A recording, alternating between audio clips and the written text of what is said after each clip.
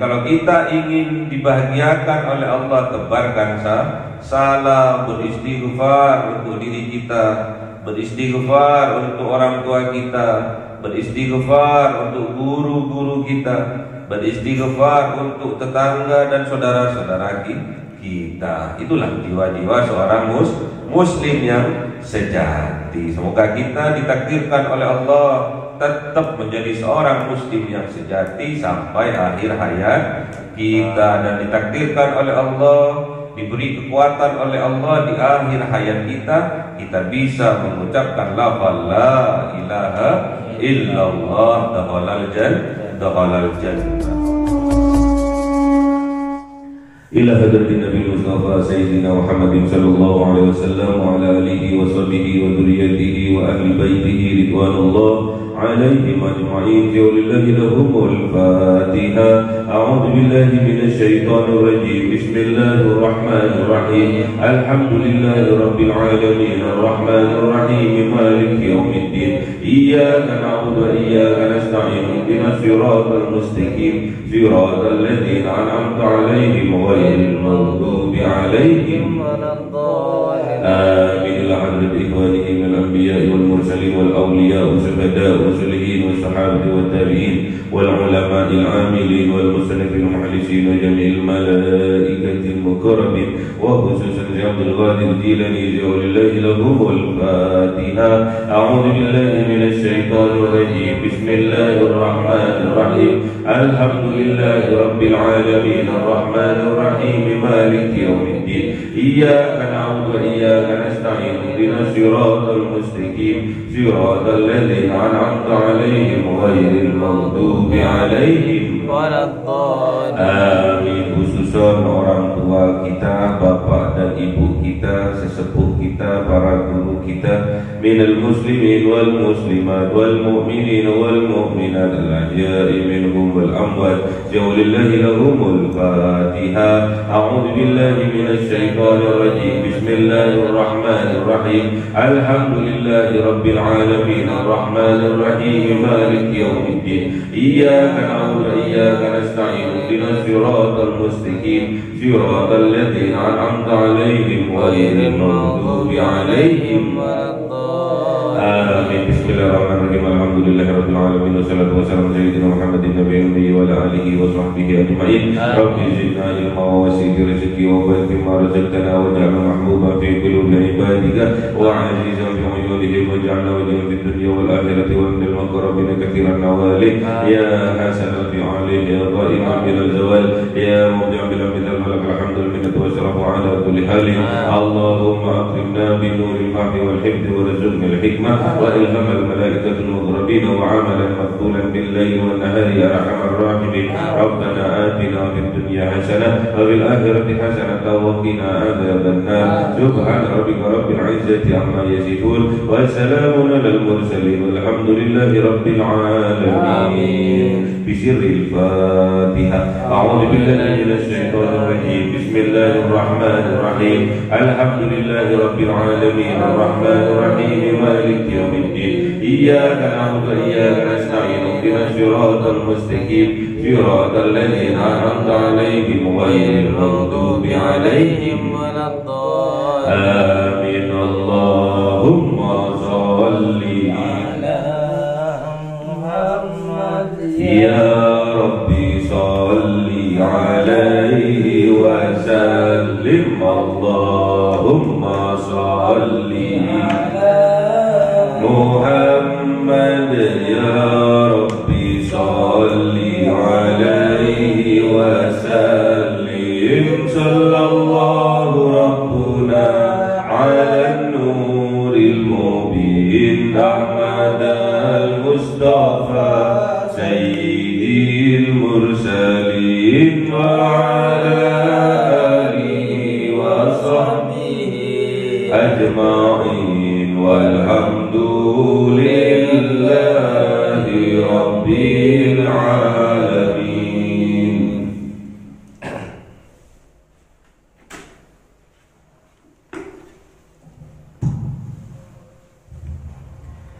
Kalamun qadimul la yumallu zamanu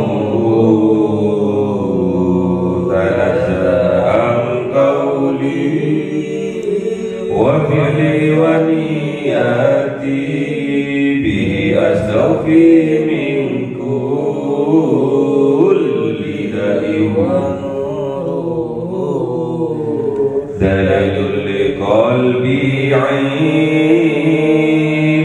جهلي وحيرتي فيا ربي متعني بسر حروفي ونور به سمعي وقلبي ومغلاتي وهب لي به فتحا وعلما وحكمة وأنس به يا ربي في القبر وصل وسلم كل يوم وليلة على من به الرحمن يقبل توبتي وآل وأصحابي كرام أئمتي بهم يغفر الغفار ذنبي وزلاتي. أعوذ بالله من الشيطان الرجيم. بسم الله الرحمن الرحيم. Surah Yusuf 25. أعوذ بالله من الشيطان الرجيم. بسم الله الرحمن الرحيم. واستبقوا الباب وقدت قميصه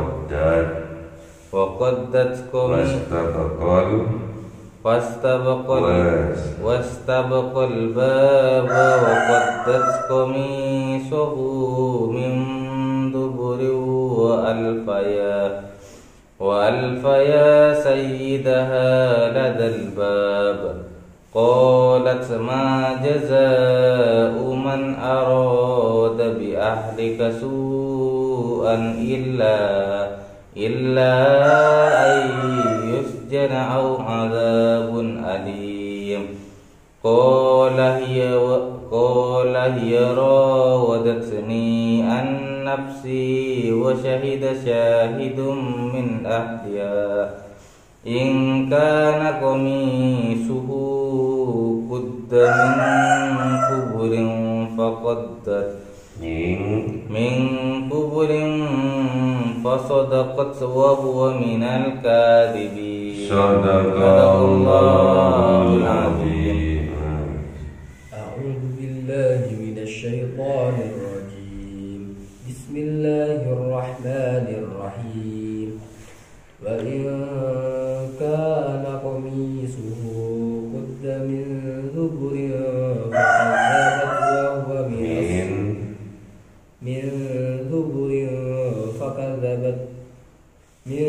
دبر فكذبت وهو من الصادقين.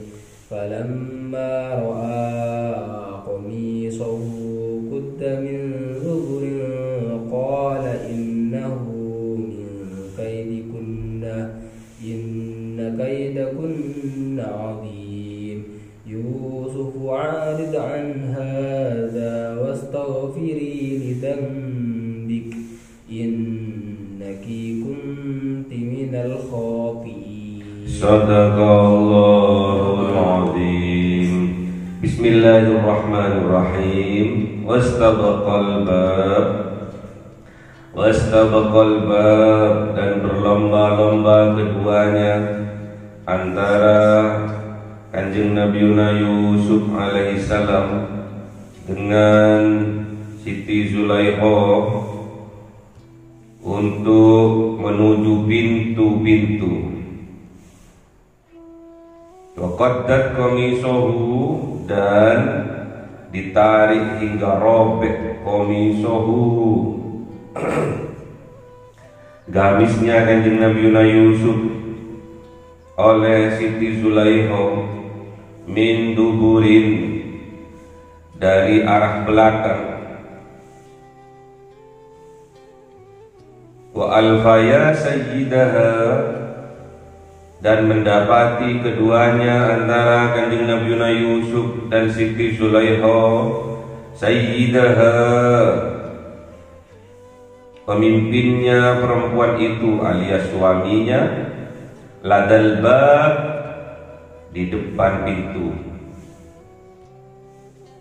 Qalat, berkata Siti Zulaikha kepada suaminya, ma jazaa'u man arada bi ahlika su'an, ma jaza', apa balasannya, apa hukumannya, man arada, barang siapa orang menginginkan menghendaki bi ahlika, dengan keluarga engkau alias istrinya engkau, su'an, hal yang buruk, hal yang jelek, illa ayyusjana, kecuali ayyusjana, yang pantas baginya agar ia yusjana, dimasukkan ke dalam penjara, au adzabun alim, atau dia mendapatkan azab, mendapatkan siksa alimun, yang sangat pedih. Jadi kejadian ini setelah Allah menurunkan burhannya, menurunkan tanda-tanda kekuasaannya, yaitu berupa hijab antara kanjeng Nabi Yusuf dengan Siti Zulaikha. Ada hijab turun setelah mereka telanjang bulat ingin melakukan perzinahan. Hijab turun, dinamakan burhan. Hijab turun di antara keduanya, sehingga kanjeng Nabi Yusuf alaihissalam hasratnya untuk melakukan hubungan suami istri dengan Siti Zulaikha seketika itu terputus. Hawa nafsunya terputus, syahwatnya terputus, sehingga tidak ada sedikit pun keinginan untuk melakukannya. Apa yang terjadi kepada kanjeng Nabi Yusuf setelah itu? Kanjeng Nabi Yusuf kebingungan. Kenapa aku melakukan seperti ini ya? Kenapa aku dalam posisi telanjang bulat seperti ini ya? Bingung kanjeng Nabi Yusuf. Diraihlah gamisnya, kemudian dipakailah gamisnya untuk menutupi tubuhnya. Kemudian bergegas menuju pintu untuk keluar dari kamar atau dari rumah itu. Sebaliknya, Siti Zulaikha yang mulai tadi menunggu kenikmatan yang akan diberikan oleh kanjeng Nabi Yusuf, kok tidak kunjung tiba. Setelah dibukanya, mendapati kanjeng Nabi Yusuf sudah berpakaian. Kalau seorang perempuan sudah dikuasai oleh hawa nafsunya, berubah, yang biasanya lemah lembut berubah menjadi kuat, menjadi garang. Mendapati kanjeng Nabi Yusuf sudah berpakaian dan hendak menuju pintu untuk keluar, Siti Zulaikha mengejar, kemudian menarik gamisnya dari arah belakang. Mau kemana engkau? Aku aja belum diapa-apain kok mau kabur. Gak terasa menariknya dengan kekuatan yang luar biasa, menyebabkan gamisnya kanjeng Nabi Yusuf alaihissalam robek. Ternyata seorang perempuan itu kuat, ya. Jangan diremehkan perempuan itu. Perempuan itu kuat, wanita kuat.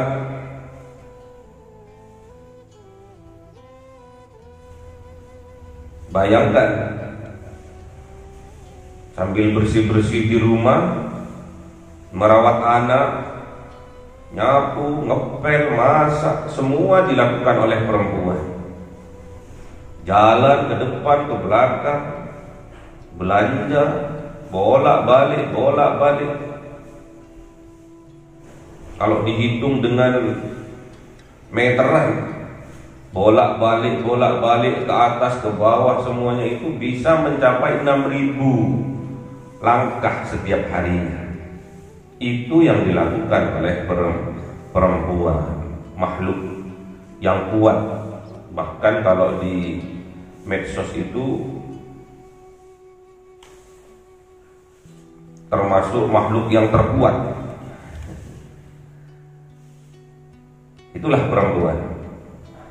Wa qaddat qamisuhu, kemudian ditarik oleh Siti Zulaikha qamisuhu, gamisnya Kanjeng Nabi Yusuf, min duburin, dari arah belakang, sobek.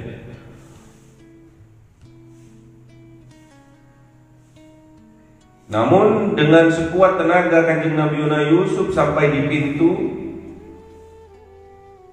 tidak memperdulikan apa yang disampaikan oleh Siti Zulaikha. Akhirnya keduanya sampai di depan pintu.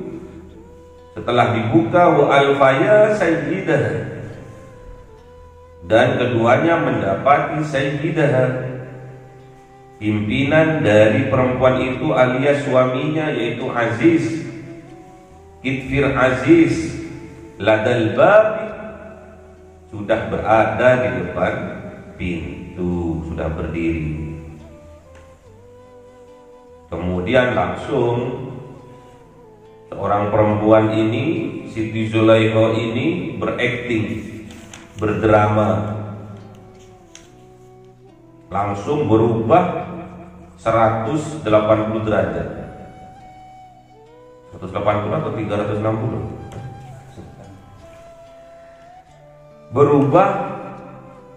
Terus berkata Siti Zulaikha, wahai suamiku, ma jaza'u, apa balasan, apa hukuman, man arada, kepada orang yang berkehendak diahlikan dengan istrinya engkau, su'an, dengan kehendak yang jelek, hendak memperkosa, illa ayyusjana, kecuali ayyusjana, agar ia yusjana, dimasukkan ke dalam penjara, au azabun alim, atau diberi siksa yang sangat pedih.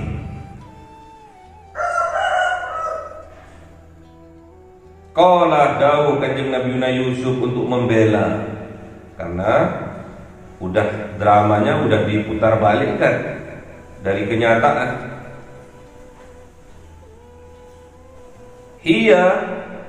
Dia, kata Kanjeng Nabi Yusuf, Siti Zulaikha, ibu angkatku ini, rawadatni, menggodaku, an-nafsi, untuk menundukkanku,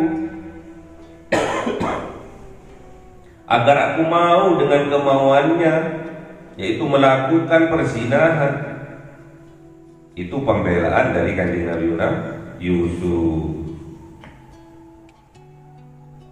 Bukan, Bapak, ibu angkatku telah menggodaku, kemudian untuk menundukkanku agar aku mau melakukan hubungan suami istri bersamanya. Itu pembelaan dari Kanjeng Nabi Yusuf. Wa syahida syahidun min ahliha, kemudian dan memberi kesaksian syahidun, salah satu saksi, min ahliha, dari keluarganya si perempuan, yaitu keluarganya Siti Zulaikha, memberikan saksi di depan Kitfir Al-Aziz, Apa kesaksiannya? In kana qamisuhu, jikalau kana ada qamisuhu, kamisnya Yusuf ini, qudda min qubulin, robek dari arah depan, fasadaqat, maka perempuan ini benar, maka benar perempuan ini, maka benar Siti Zulaikha ini, wa huwa minal kadhibin, dan dia Kanjeng Nabi Yusuf minal kadhibin, termasuk dari orang yang berdusta. Jadi orang saksi ini bijak. Kalau gamisnya Yusuf ini robek dari arah depan, berarti tatkala Yusuf ini mau hendak memperkosa istrimu, kemudian istrimu nggak mau nih, dicakar, dadanya robek di daerah dadanya, berarti benar, fasadaqah, maka benar istrimu itu. Wa huwa minal kadhibin, dan dia Yusuf itu pendusta, itu berbohong. Wa in kana qamisuhu, dan jikalau kana ada qamisuhu, gamisnya Kanjeng Nabi Yusuf ini, qudda min duburin, robek dari arah belakang, fakadzabat, maka berdusta istrimu, berdusta perempuan itu, berdusta Siti Zulaikha. Wa huwa minas shadiqin, dan dia Yusuf dari kelompok orang-orang yang benar, yang jujur. Jadi kalau yang robek itu dari arah belakang, berarti istrimu itu berdusta, dan dia Yusuf termasuk orang yang jujur. Kemudian disidang, diperiksa. Falamma ra'a qamisahu, maka tatkala ra'a, melihat Al-Aziz Kitfir ini, qamisuhu, kepada gamisnya Kanjeng Nabi Yusuf, apa yang terjadi? Qudda min duburin, ternyata robek dari arah belakang. Loh, yang robek dari arah belakang, berarti Yusuf ini nggak mau, terus ditarik dari arah belakang. Qala, Daud Aziz ini berkata, Kitfir ini, innahu, sesungguhnya engkau wahai istriku, min kaidikun, termasuk dari orang yang pandai bersilat lidah.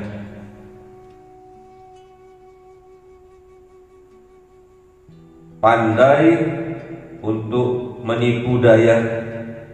Inna kaidakunna azim, ternyata tipu dayamu azim, sangat luar biasa besar. Termasuk orang yang licik, dan kelicikanmu itu luar biasa. Kemudian berkata Aziz ini atau Kitfir ini kepada Kanjeng Nabi Yusuf, a'rid an hada, wahai anakku Yusuf, anak angkatku Yusuf, a'rid an hada, lupakannya, lupakan hal ini pernah terjadi dalam kehidupanmu. Dan Aziz ini juga menyampaikan kepada istrinya, wahai sayangku, engkau juga telah melakukan kesalahan. Astaghfiri li dzambiki, dan beristighfarlah engkau, memohon ampunlah engkau, li dzambiki, atas dosa-dosa engkau. Innaki kunti minal khati'in, sesungguhnya engkau, kunti, ada engkau, menjadi engkau, minal khati'in, dari kelompok orang-orang yang berbuat kesalahan. Engkau salah. Menyadari Aziz, ada rahasia di balik itu. Ada sebuah tafsir mengatakan bahwa Aziz ini kejantanannya tidak terlalu jantan. Gimana? termasuk apa?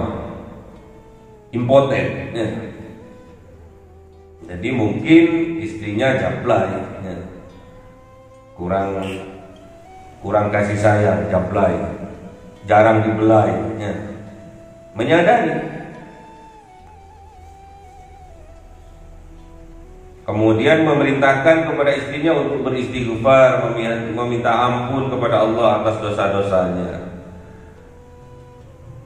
karena dia telah berbuat kesalahan ya. Dan kepada Kanjeng Nabi Yusuf sebagai anak angkatnya, Aziz ini, Kitfir ini, memerintahkan untuk melupakan kejadian itu,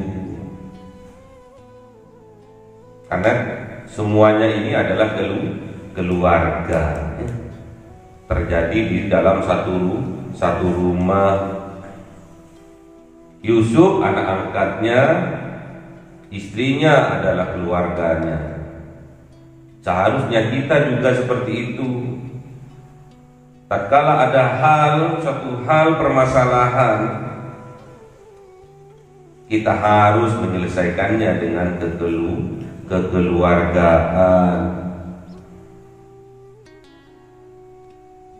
Di sebuah perumahan juga seperti itu. Kita ini adalah satu keluarga yang besar.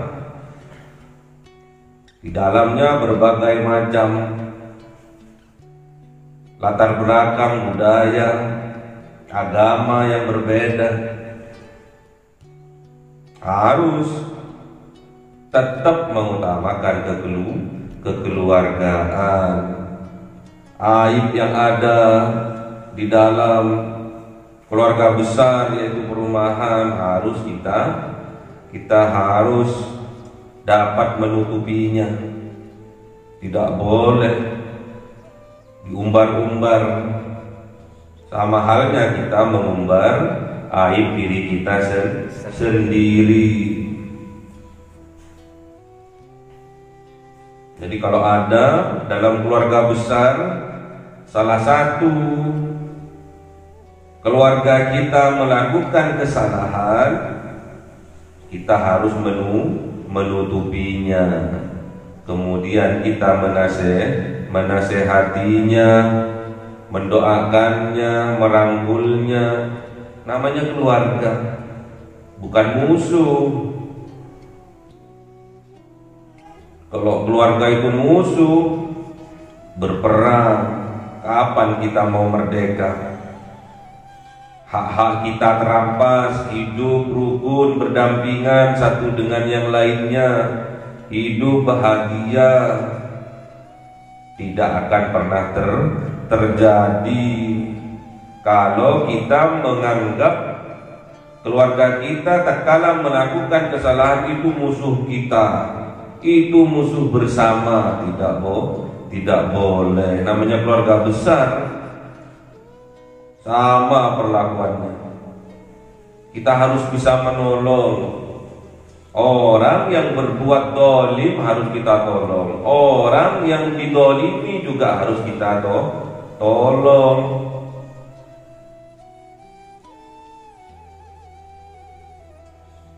Pernah Rasulullah SAW bersabda,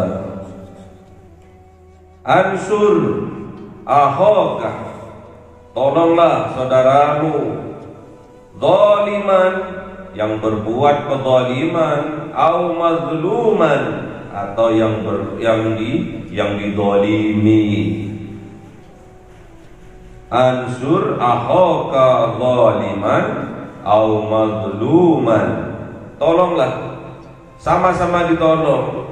Orang yang berbuat kezaliman dan orang yang didolimi harus sama-sama ditolong. Qala rajulan, berkata sahabatnya Nabi, "Ya Rasulullah, ansuruhu idza kana mazluman." Kalau kita menolong orang yang terdolimi, yang didolimi, itu udah masuk akal.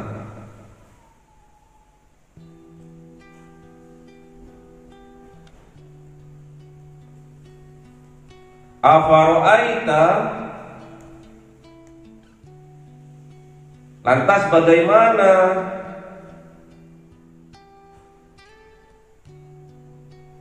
kita menolong orang yang berbuat zalim?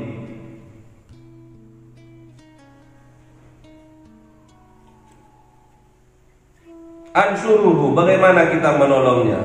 Olah dawuh Kanjeng Nabi Muhammad sallallahu alaihi wasallam,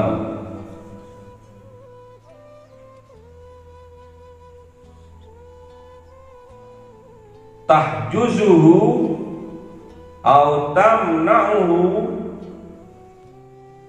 halangi dia, cegah dia,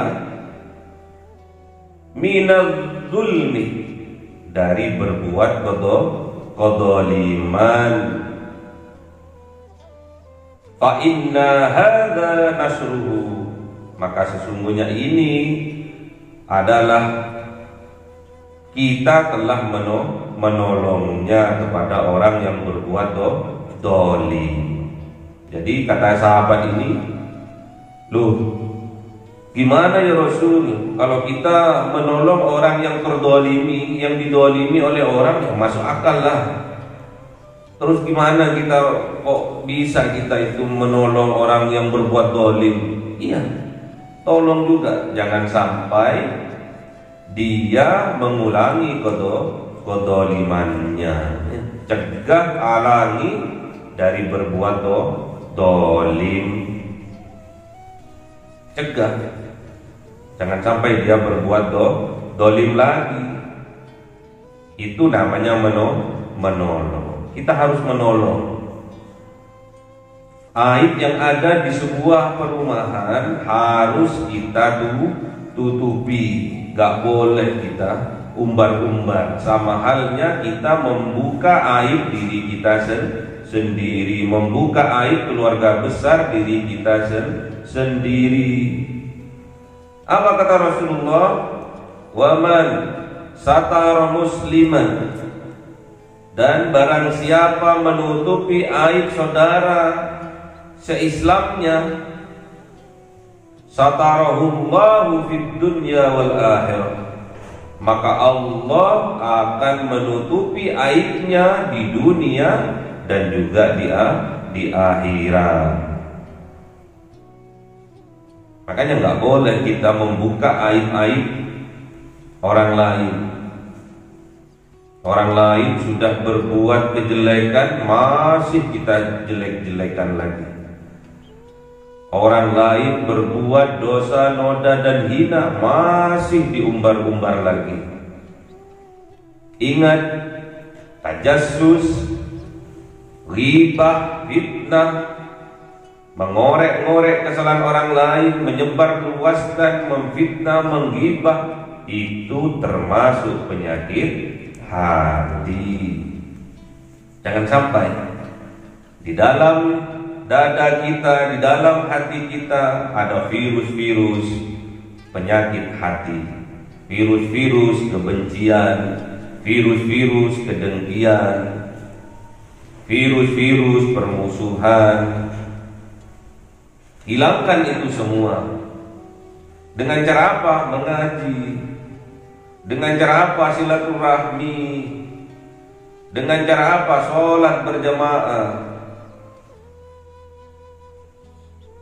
Dengan cara apa? Bertemu dengan yang lainnya, satu dengan yang lainnya ucapkan salam. Assalamualaikum. Assalamualaikum. Setiap ketemu, Assalamualaikum. Mau kemana? Itulah bukti bahwa kita hidup dengan penuh cinta. Diri kita dulu yang harus kita introspeksi diri kita terlebih dahulu. Jangan sampai ada virus-virus kebencian, virus-virus kedengkian, virus-virus permusuhan masih ada di dalam dada kita. Harus kita bersihkan.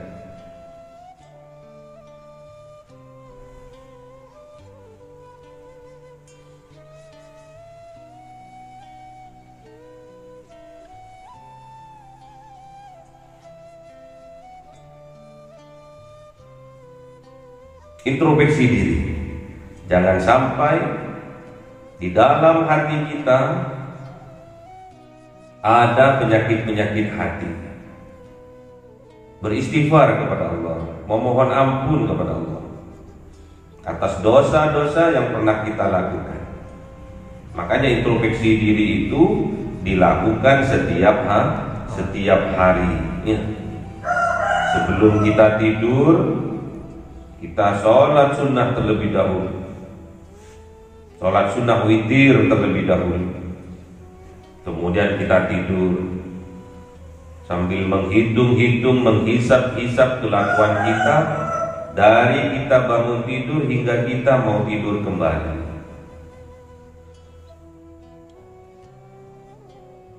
Karena bahaya kalau penyakit-penyakit ini dibiarkan, udah tempatnya di neraka. Hidup kita bagaikan neraka. Keluarga kita sudah neraka, gak ada benernya. Penuh dengan masalah, dikit-dikit masalah, dikit-dikit masalah. Berarti keluarga kita itu tidak ada keberkahan, tidak ada tambahan kebaikan, tambahan kebahagiaan di dalamnya.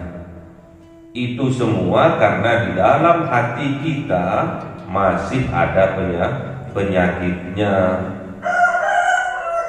Dihilangkan penyakitnya dengan cara mengaji dan mengaji, tingkatkan keimanan sehingga kita menjadi orang yang selalu membuka dari nasihat, dari kritikan yang membangun. Gak boleh menutupi. Kalau menutupi kafir.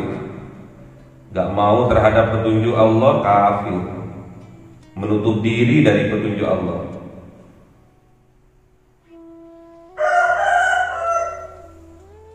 Makanya ini sebuah lambang bagi kita bahwa seorang perempuan itu adalah imadul bilad, tiangnya, tiang negara, tiang agama, imaduddin. Perempuan itu tiangnya negara, tiangnya agama. Kalau tiangnya sudah rubuh, mas, rubuh semuanya. Negaranya hancur, agamanya juga hancur. Ingat bahwa kakek moyang kita, Kanjeng Nabi Adam alaihissalam, turun dari surga diturunkan ke dunia itu juga karena faktor dari perempuan. Kalah rayuan dengan perempuan. Semenjak itulah iblis dan kru-krunya yang bernama setan distempel oleh Allah sebagai makhluk yang sesat. Minta izin kepada Allah untuk bisa menyesatkan kepada seluruh manusia. Minta izin kepada Allah untuk menyesatkan.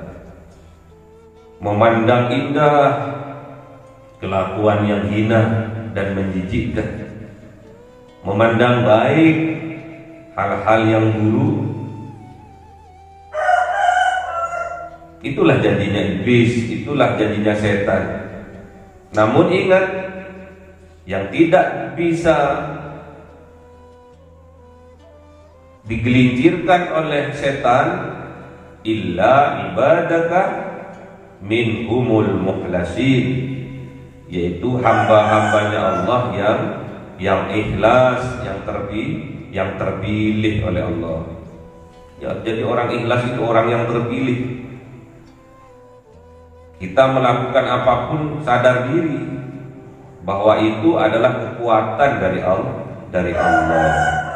Jadi kita ibadah pun nantinya akan ikhlas karena kita sadar diri.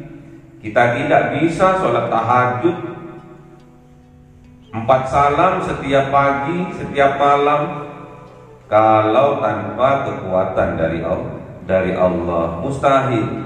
Kita bisa sholat tahajud, kita bisa sholat hajat, Kita bisa sholat taubat di sepertiga malam tanpa adanya kekuatan dari Allah. Harus kita sadari itu. Nantinya akan berdampak bagi kita. Kita akan mempunyai sifat yang ikhlas, jiwa yang ikhlas, sadar diri ya. Jadi kesadaran inilah yang menyebabkan kita menjadi orang yang ikhlas, yang dipilih oleh Allah. Sadar diri inilah yang menyebabkan di dalam hati kita ada cinta dan dicintai oleh Allah. Makanya hati-hati. Jangan sampai kita terlena, tergoda oleh bujuk rayunya setan. Kita kuat, istri kita kadang tidak kuat. Doakan istri-istrinya agar oleh Allah juga diberi kekuatan. Jangan biarkan istri kita jauh dari rel kebenaran syariatnya Allah. Bahaya, karena udah lambang dari negara, lambang pilar dari negara, lambang pilar dari agama. Kalau pilarnya runtuh, negaranya juga ikut runtuh, agamanya juga ikut runtuh. Itulah kekuatan superpower dari seorang perempuan ya. Kita sebagai laki-laki harus bisa memilih dengan baik, karena perempuan itu dilambangkan dengan tulang rusuk. Tulang rusuk itu nggak lurus, agak bengkok ya. Latih istri-istri kita dengan diberi nasihat, ditarik, diulur ya. Jangan langsung diputel ya. Patah ya. Jadi kelemahan dari seorang laki-laki itu terdapat pada perempuan. Kelemahan dari seorang perempuan terdapat pada apa? Pada emas, permata ya, mutiara ya. Emas, permata, mutiara, apa namanya itu? Perhiasan. Jadi kelemahan laki-laki terdapat pada perempuan, kelemahan perempuan ada pada emas dan permata. Kita harus tahu itu. Jadi kalau kita ingin memimpin seorang perempuan dengan baik, ya cukupi semuanya ya. Tiap bulan dibelikan emas ya, minimal 10 gram. Nggak bisa 10 gram ya 5 gram ya. Nggak bisa 5 gram 1 gram, masa nggak bisa ya. Baru ada semangat seorang perempuan itu ya. Karena memang kelemahannya di situ. Hati-hati bagi seorang laki-laki. Diberi kesuksesan oleh Allah, kekayaan oleh Allah, pikirannya macam-macam ya. Mau punya istri muda ke, mau nikahin janda ke. Hati-hati, harus tahu diri, harus sadar diri atas kelemahan masing-masing. Seorang laki-laki kelemahannya adalah perempuan, dan kelemahan seorang perempuan adalah emas dan permata. Kita harus hati-hati. Kalau sudah tahu kelemahannya ya kita harus tahu diri. Oh, aku kelemahannya di sini ya. Nggak boleh aku ini sekarang jadi pengusaha yang sukses nih. Uangku di tabungan, di deposito udah triliunan nih. Pasti setannya akan memberitahu, akan menjebak, mengeprank orang laki-laki itu melewati seorang perempuan. Didatangkan bidadari SPG ya, yang ayu-ayu, yang cantik-cantik, Tapi kalau kita tahu, sadar diri atas kelemahan kita sebagai laki-laki, kita pasti lulus dari ujian. pasti lulus ya. Jadi kita sebagai sesama muslim, kita harus bisa menyelamatkan sesama muslim dari kejahatan lisan kita dan juga tangan kita. Itulah yang dinamakan muslim yang sesungguhnya. Al-muslimu man salimal muslimuna min lisanihi wa yadihi. Seorang muslim yang sesungguhnya itu, seorang muslim yang sejati itu bisa menyelamatkan saudara Islamnya yang lain, saudara muslimnya yang lain dari kejahatan lisannya dan juga dari kejahatan tangannya. Harus itu. Seorang muslim harus itu dipegang ya. Dipegang betul-betul. Gak boleh ada seorang muslim mengumbar-ngumbar aib saudaranya, mengumbar-ngumbar aib tetangganya, itu tidak boleh ya. Bukan seorang muslim, bukan jiwa-jiwa dari seorang muslim. Muslim itu harus bisa menyelamatkan saudara seiman, seislam dari kejahatan lesannya dan juga dari kejahatan tangannya. Itulah seorang muslim yang sejati. Tebarkan salam ya. Tebarkan salam, tebarkan rahmat dengan cara setiap kita ketemu dengan tetangga kita, dengan saudara kita, kita mengucapkan assalamu alaikum warahmatullahi wabarakatuh. Salam itu doa ya.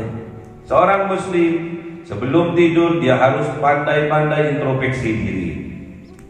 Sebelum tidur dia harus sholat witir, beristighfar, memintakan ampun kepada Allah atas dirinya, keluarganya, tetangganya, saudara-saudaranya. Itulah sifat-sifat dari seorang muslim. Jangan kita menjadi orang yang egois ya, yang hanya mementingkan diri kita sendiri. Walaupun dalam beristighfar, kita jangan beristighfar untuk diri kita sendiri ya. Kita di sini diajarkan untuk beristighfar untuk diri kita sendiri, untuk orang tua kita, dan untuk saudara-saudara kita. Astaghfirullahaladzim li wali walidayya. Itu untuk diri kita sendiri dan kedua orang tua. Astaghfirullahaladzim li wali walidayya. Itu untuk diri kita, untuk kedua orang tua kita, bapak dan ibu kita. Astaghfirullahaladzim li ustadi. Itu untuk guru-guru kita. Jangan sampai lupa kita untuk memintakan ampun atas guru-guru kita. Astaghfirullahaladzim li ustadi. Astaghfirullahaladzim lil muslimin wal muslimat. Itu beristighfar, memintakan ampun untuk saudara-saudara kita seislam. Astaghfirullahaladzim lil mu'minin wal mu'minat. Itu untuk memintakan ampun, beristighfar untuk saudara-saudara kita seiman. Diajarkan di situ.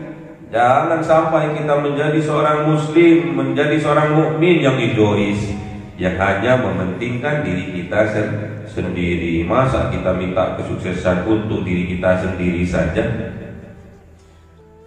Masa kita beristighfar, memintakan ampun hanya untuk diri kita sendiri saja? Orang tua kita, guru-guru kita, saudara-saudara kita. Itulah cerminan bahwa jiwa-jiwa seorang muslim yang sejati, dia tidak akan hidup secara egois. Pasti dia akan tebarkan salam, salam, salam, karena itu budaya surga. Salam, salam, salam itu budaya surga.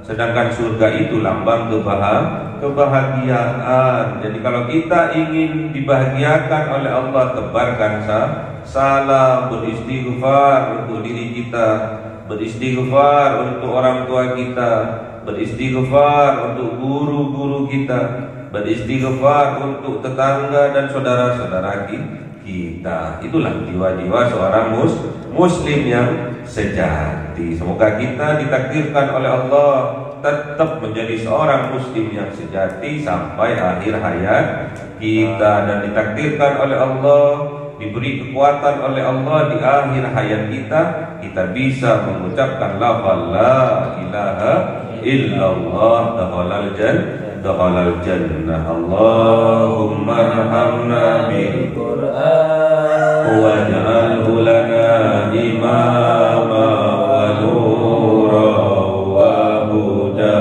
wa rahma. Allahumma dhakkirna minhu ma nasina wa 'allimna minhu ma jahilna warzuqna tilawatahu ana al-laili wa atrafan nahar waj'alhu lana hujjatan ya rabbal alamin. Cahaya 1000 bulan yang dimasukkan oleh malaikat ke dalam hati seorang hamba pilihan atas perintah Tuhannya, memancar dengan dahsyat penuh cinta, menembus relung-relung jiwa yang gelap penuh nista, berubah menjadi terang penuh kasih sayang. Itulah Lailatul Qadar.